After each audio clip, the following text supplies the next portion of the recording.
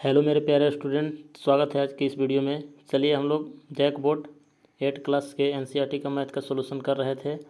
Question number 7 तक complete हो चुका था दोस्तों सोल्यूशन। आज क्वेश्चन नंबर 8 आपको बताने जा रहे हैं। चलिए क्वेश्चन नंबर 8 पढ़ते हैं क्या कर रहा है। तो यहाँ पे देख सकते हैं, एक आयत की लंबाई चौड़ाई की 6 गुनी है। यदि क्षेत्रफल 6144 सेंटीमीटर स्क्वायर है तो आयत की लंबाई और चौड़ाई ज्ञात कीजिए। चलिए इसको सॉल्व करते हैं। सबसे पहले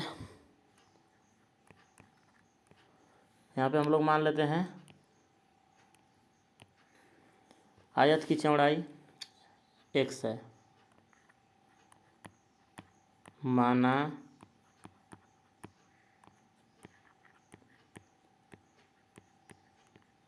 आयत की चौड़ाई बराबर x तथा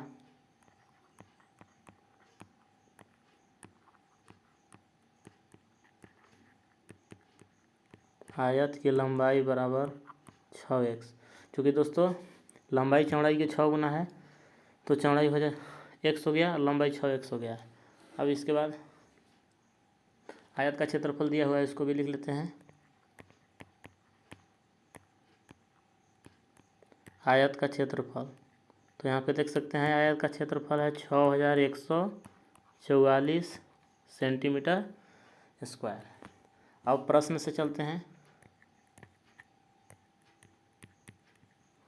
तो प्रश्न से क्षेत्रफल बराबर हम लोग जानते हैं लंबाई गुने चौड़ाई। तो यहाँ पे लिखेंगे आयत का क्षेत्रफल बराबर लंबाई गुने चौड़ाई। तो क्षेत्रफल दिया हुआ है 6144 और यहाँ से लंबाई हम लोग के 6x है और चौड़ाई x है। तो यहाँ से गुना कीजिएगा तो यहाँ पे 6x स्क्वायर आ जाएगा और यहाँ से हो जाएगा 6144। अब यहाँ से 6 को इधर लाइए तो 6144 भागे 6 इक्वल टू हो जाएगा x स्क्वायर। तो 6 से भाग लगाएंगे दोस्तों तो यहाँ पे देख सकते हैं 6 एकम 6 हो जाएगा, 6 एकम 6।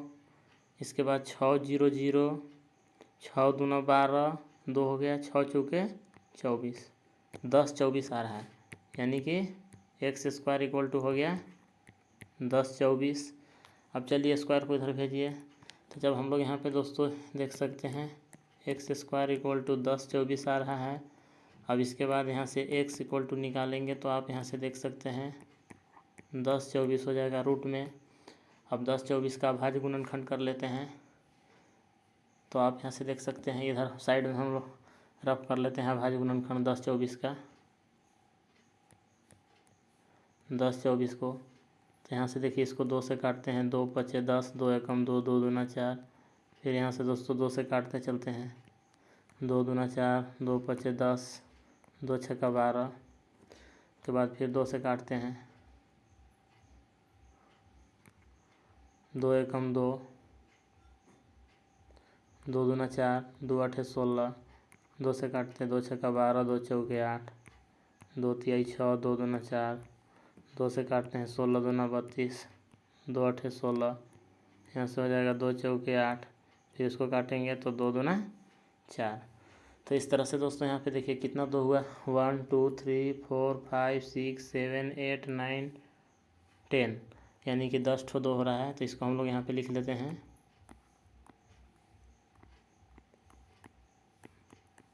2 इंटू 2 इंटू 2 इंटू 2 इंटू 2। देखिए 1 2 3 4 5 हो गया, 6 7 8 9 10। अब इसके बाद क्या करना है दोस्तों, यहाँ से पेयर बनाना है। चलिए 2 2 ठो के यहाँ पे पेयर बनेगा 2। अब यहाँ से देखिए 2, ये 2 हो गया, ये 2 हो गया और ये 2 हो गया। तो यहाँ से हम लोग के 5 ठो 2 बाहर निकलेगा। तो इसको गुना कर लेते हैं। चलिए गुना करते हैं, 2 दूना 4 दूना 8 दूना 16 दूना 32। तो आप यहाँ से देख सकते हैं 32 निकल गया। तो ये 32 आपका चौड़ाई हो गया दोस्तों। तो यहाँ पे लिख लेंगे, अतः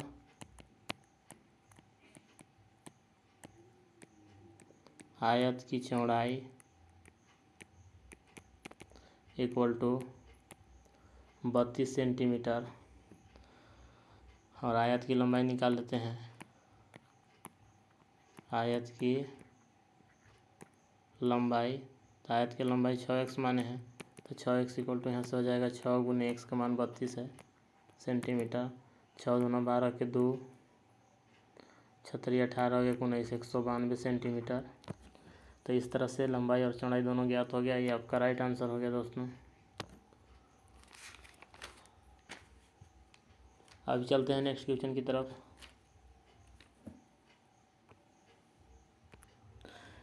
चलिए क्वेश्चन नंबर 9 को देखते हैं। क्वेश्चन नंबर 9 क्या कह रहा है, तो आप यहाँ से देख सकते हैं, किसी समकोण त्रिभुज में कोण बी इक्वल टू 90 डिग्री। तो पहला क्वेश्चन, यदि ए बी बराबर 6 सेंटीमीटर और बी सी बराबर 8 सेंटीमीटर है तो ए सी ज्ञात कीजिए। चलिए हम लोग ज्ञात करते हैं। क्वेश्चन नंबर सेकेंड को, यदि ए सी बराबर, यहाँ पे देख सकते हैं 13 सेंटीमीटर दिया हुआ है दोस्तों। यहाँ पे कुछ नहीं है दोस्तों, इस काट कुट है, यहाँ पे टाइपिंग में मिस्टेक हुआ है। ए सी बराबर 13 सेंटीमीटर है, B C equal to 5 centimetre है, तो ए भी ज्ञात कीजिए। फिर दोनों क्वेश्चन को सोल्व करते हैं। सबसे पहले क्वेश्चन नंबर ए को सोल्व करते हैं।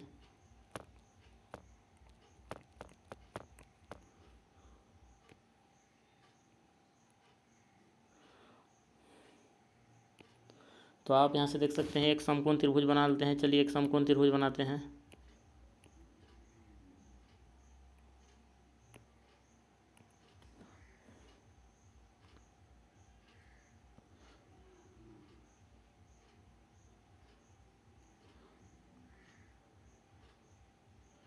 चलिए समकोण त्रिभुज बना लिए दोस्तों। यहाँ से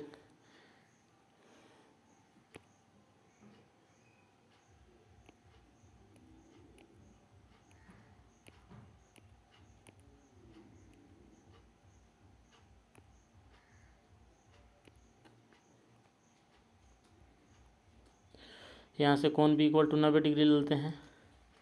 ये 90 डिग्री का कोण है, इसको ए बी सी मान लेते हैं।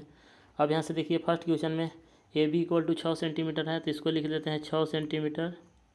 B C equal to 8 centimetre है, तो इसको लिख लेते हैं 8 सेंटीमीटर। ए सी ज्ञात करना है। तो चलिए यहाँ पे ए बी इक्वल टू हो गया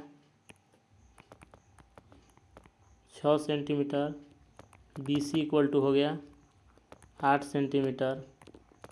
ए सी निकालना है कि ए सी कितना होगा। तो यहाँ से पाइथागोरस प्रमेय लगाते हैं। पाइथागोरस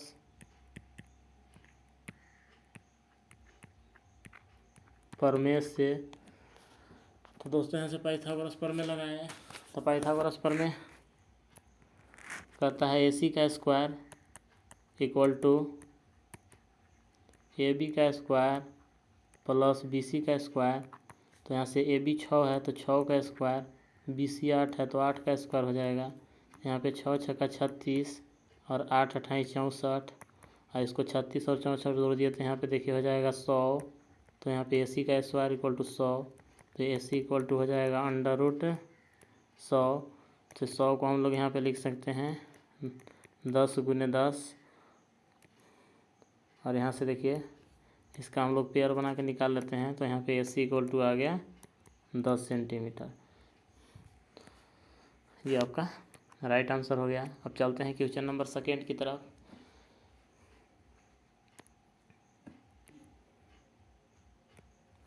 यहाँ से फिर एक त्रिभुज बना लेते हैं। अब क्वेश्चन नंबर बी को सोल्व करते हैं।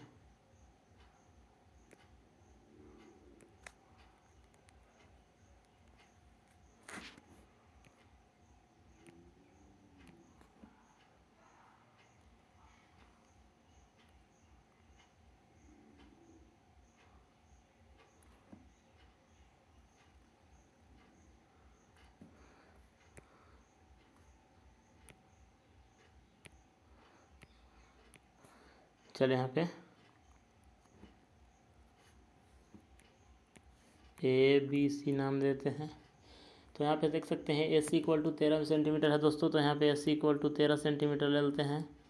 इसके बाद B C equal to 5 centimetre ले लेते हैं, तो ये हो गया 5 सेंटीमीटर। अब ए सी निकालना है। चलिए यहाँ पे लिखते हैं A C equal to 13 centimetre, B C equal to 5 centimetre. A B find करना है। पाइथागोरस प्रमेय लगाते हैं। पाइथागोरस प्रमेय से, तो आप यहाँ से देख सकते हैं पाइथागोरस प्रमेय का कर्ण का स्क्वायर यानी AC का स्क्वायर इक्वल टू AB का स्क्वायर प्लस BC का स्क्वायर। तो AC यहाँ पे 13 है तो 13 का स्क्वायर, AB निकालना है तो इसको AB रहने देते हैं, BC 5 है तो 5 का स्क्वायर हो गया। अब यहाँ से देख सकते हैं 13 का स्क्वायर करेंगे तो 13 13 में 169 हो जाएगा। इसके बाद यहाँ से देखा जाए AB का स्क्वायर ऐसे रहेगा,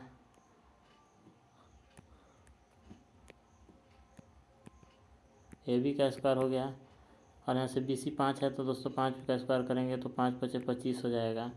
अब चलिए 169 में से 25 घटा देते हैं तो यहाँ से बचेगा AB का स्क्वायर। अब देखिए 9 में से 5 घटाइए 4, 6 में से 2 गया 4 होगा 144 आ गया AB का स्क्वायर इक्वल टू। तो यहाँ से AB इक्वल टू निकालेंगे, स्क्वायर को जब इधर लाएंगे तो आप यहाँ से देख सकते हैं √144 हो जाएगा। तो 144 का वर्गमूल दोस्तों 12 होता है, 12 12 में 144, तो यहाँ पे 12 हो जाएगा। तो AB इक्वल टू 12 सेंटीमीटर, ये आपका राइट आंसर हो गया। अब चलते हैं नेक्स्ट क्वेश्चन की तरफ। चलिए क्वेश्चन नंबर 10 को पढ़ते हैं दोस्तों। तो यहाँ पे 10 क्वेश्चन नंबर को देख सकते हैं। एक माली के पास 1030 पौधे हैं। इन पौधों को वह इस प्रकार लगाना चाहती है कि पंक्तियों की संख्या और स्तंभों की संख्या समान रहे। इसके लिए कम से कम कितने पौधों की आवश्यकता होगी। चलिए इस क्वेश्चन को सोल्व कर सकते हैं, यहाँ पे देख करके देखते हैं। तो सबसे पहले यहाँ पे हम लोग 1030 का वर्गमूल निकालते हैं।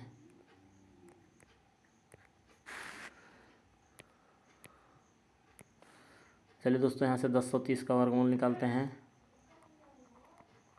जोड़ा लगा लेते हैं। अब यहाँ से देखिए कई बार भाग जा रहा है, तो 3 बार भाग जा रहा है दोस्तों। तो चलिए 3 बार भाग लगा लेते हैं, 3 तरीके 9, 3 यहाँ पे जोड़ देते हैं।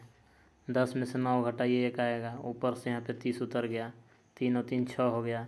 अब देखिए कई बार भाग लग रहा है, तो यहाँ से देख सकते हैं 2 बार भाग जा रहा है। चलिए 2 बार भाग लगा लेते हैं, 2 यहाँ पे जोड़ भी देते हैं। 2 बार भाग लगाइएगा तो 2 दूना 4, 2 छक्का 12, 124 आ रहा है। इसके बाद घटाते हैं तो 10 में से 4 गया, तो यहाँ पे देखिए हो जाएगा 10 में से 4 गया 6, और यहाँ से देख सकते हैं 2 में से 2 गया, यहाँ पे इधर कुछ नहीं बचा दोस्तों, शेष 6 बच रहा है। तो चलिए यहाँ से हम लोग लिख सकते हैं, इसको जोड़ लेते हैं, 2 2 4 और यहाँ पे 6 हो गया। अब यहाँ पे लिखेंगे चूँकि 32 का स्क्वायर छोटा हो रहा है,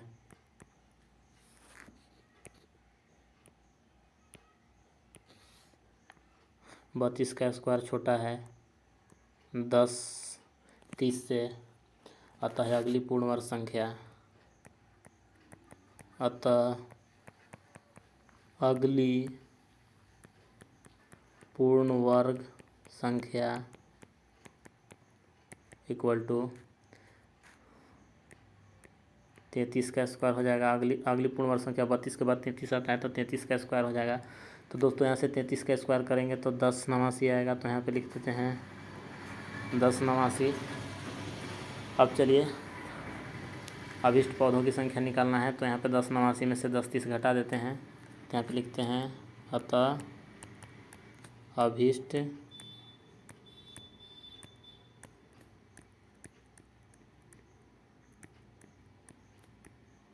पौधों की संख्या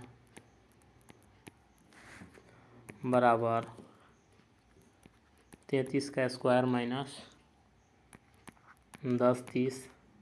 तो 33 का स्क्वायर करेंगे तो दोस्तों यहाँ पे 10 89 आ रहा था, और यहाँ से हो जाएगा 10 30 माइनस कर देते हैं। तो यहाँ पे देखिए 9 में से 0 गया 9, 8 में से 3 गया 5। तो यहाँ पे देखिए पौधों की संख्या 59 है, ये आपका राइट आंसर होगा, यानी कि 59 पौधा की आवश्यकता है दोस्तों। इस तरह से क्वेश्चन नंबर 10 का सॉल्यूशन कंप्लीट हो गया। आप चलते हैं क्वेश्चन नंबर 11 की तरफ। चलिए दोस्तों क्वेश्चन नंबर 11 को सॉल्व करते हैं। एक विद्यालय में 630 विद्यार्थी हैं। खेल शिक्षक ने अभ्यास के लिए इन्हें इस तरह से खड़ा किया गया कि पंक्तियों की संख्या और स्तंभों की संख्या समान रहे, यानी कि दोस्तों पंक्ति और स्तंभ दोनों समान होना चाहिए। इस व्यवस्था को बनाने में कितने विद्यार्थियों को बाहर जाना होगा। चलिए इसको सॉल्व करते हैं। सबसे पहले 630 का वर्गमूल निकालते हैं।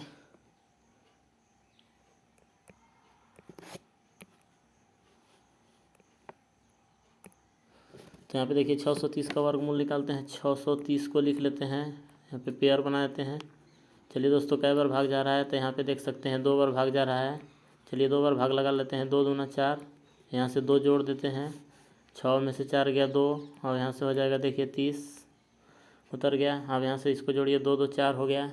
अब कई बार भाग लगेगा, तो आप यहाँ से देख सकते हैं 5 बार भाग जा रहा है। चलिए 5 बार भाग लगा लेते हैं, तो यहाँ पे 5 जोड़ भी देते हैं। चलिए यहाँ पे देखिए 5 5 25 के 5 हो जाएगा, 5 चौके 20 और 2 22 हो गया। अब यहाँ पे दोस्तों 10 में से 5 जाएगा तो 5, और यहाँ पे देखिए कुछ नहीं बच रहा है, शेषफल केवल 5 बच रहा है। इसको जोड़ लेते हैं, 5 5 10 के 0, और यहाँ से हो जाएगा 4 और 1 5। तो दोस्तों यहाँ से देखिए शेषफल 5 आ जा रहा है, यानी कि 5 विद्यार्थी को बाहर जाना पड़ेगा, तब जाके पंक्तियों की संख्या और स्तंभों की संख्या समान होगा। तो यहाँ पे लिख देते हैं, अतः 5 विद्यार्थियों को बाहर जाना पड़ेगा। अतः 5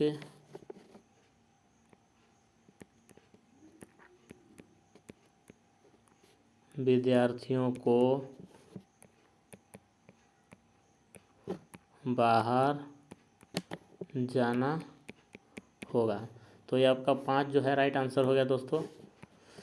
चलिए दोस्तों नेक्स्ट वीडियो का सोल्यूशन अगले वीडियो में करेंगे। तब तक के लिए धन्यवाद। मिलते हैं नेक्स्ट वीडियो के साथ। मेरे चैनल में इस तरह से जुड़े रहिए। अभी तक आप मेरे चैनल को लाइक एंड सब्सक्राइब नहीं किए हैं, तो मेरे चैनल को लाइक एंड सब्सक्राइब कर दीजिए, और ज़्यादा से ज़्यादा स्टूडेंटों तक शेयर कर दीजिए, ताकि इसका लाभ सभी विद्यार्थियों को मिल सके। धन्यवाद दोस्तों।